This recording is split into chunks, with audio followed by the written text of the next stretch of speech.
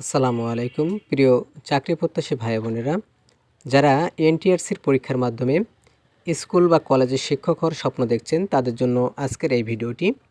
আজকের এই ভিডিওয়ে আমরা আলোচনা করব যে আমরা কিভাবে পরীক্ষায় উত্তীর্ণ হতে পারবো।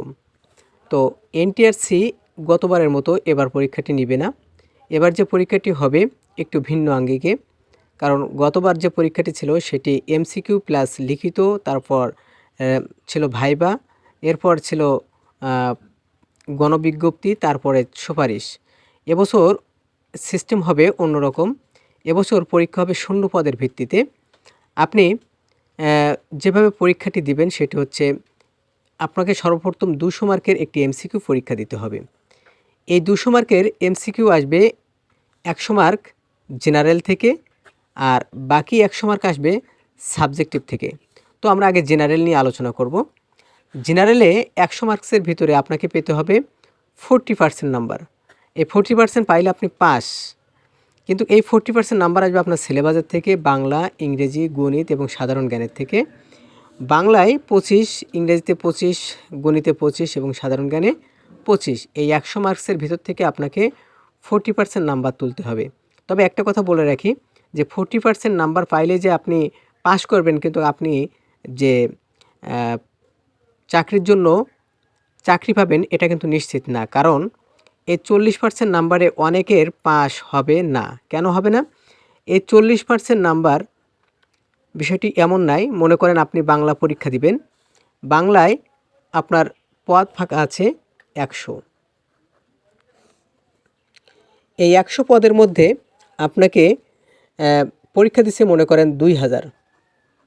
100 পদের জন্য পরীক্ষা দিছে 2000 জন। এখন এই 2000 জন যখন পরীক্ষা দেবে, এখান থেকে আপনাকে নিবে, এবার পরীক্ষায় কিন্তু উত্তীর্ণ করাবে 1:2। অর্থাৎ প্রতি পদের জন্য 2 জন করে এই এমসিকিউ পরীক্ষার পরে রেখে দিবে ভাইবার জন্য। তো মনে করেন এখান থেকে 2000 জন পরীক্ষা দিছে, কিন্তু রাখবে 100, তাহলে 100 ডবল, তাহলে 200। এখন পাস করলো মনে করেন 40% পায়ে পাস করলো মনে করেন 400। তাহলে কিন্তু সবাইকে এখান থেকে নিবে না, যারা নাম্বারে উপরে থাকবে তাদেরকে নিবে। অর্থাৎ 50 পাওয়ার পরেও যে আপনি পাস করে বা আপনি ভাইভায় ডাক পাবেন এমনটা না, আবার 40 পায়েও যে ডাক পাবেন এমনটাও না।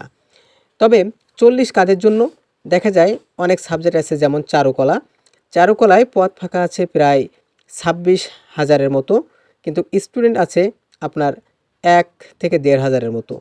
তাহলে এইখানে যারা পরীক্ষায় 40% পাস নাম্বার তুলতে পারবে তাদেরকে কিন্তু ভাইবার জন্য ডাকা হবে। তো এই 40% নাম্বার তুলতে হলে আপনাকে বাংলা থেকে প্রশ্ন করা হবে। বাংলায় ম্যাক্সিমাম ব্যাকরণ সহ সাহিত্য অংশ থেকে প্রশ্ন করা হয়। ইংরেজি থেকে প্রশ্ন করা হবে, এখানে গ্রামেটিক্যাল বেশি আলোচনা করা হয়, গণিত, সাধারণ জ্ঞান।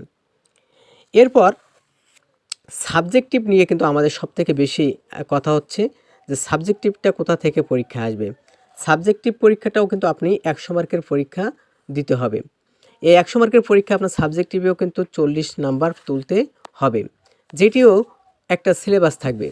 তবে কিছুদিন আগে এনটিআরসির একটি মিটিংয়ে বলা হচ্ছে যে যারা স্কুল থেকে পরীক্ষা দেবে তাদের জন্য নবম দশম প্লাস অষ্টম নবম দশম, অর্থাৎ 6 থেকে 10 পর্যন্ত যে বইগুলো আছে ওই বইগুলোর ভিতর থেকে তাদের সিলেবাস করা হবে।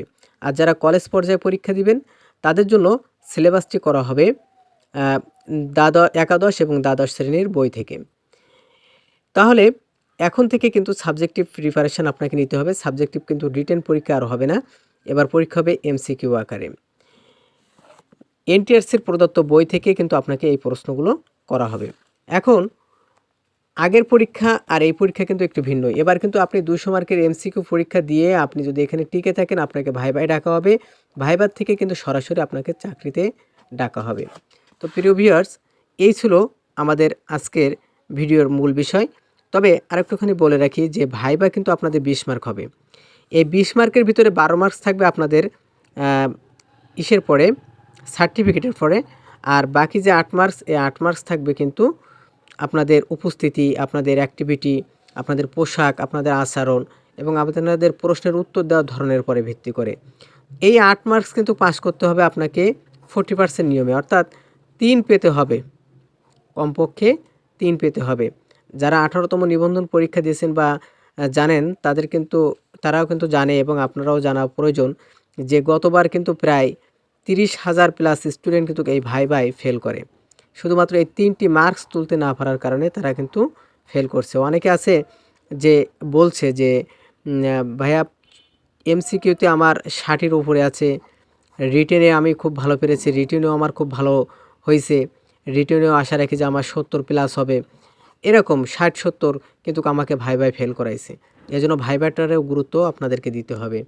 তো প্রিয় ভিউয়ার্স, আপনাদের সাবজেক্টিভ বিষয়ে যদি কোনো কিছু জানার প্রয়োজন থাকে অবশ্যই জানাবেন। আমি কমেন্টসে সেটার উত্তর দিয়ে দেবো ইনশাআল্লাহ। ভালো থাকবেন, সুস্থ থাকবেন। আল্লাহ হাফেজ।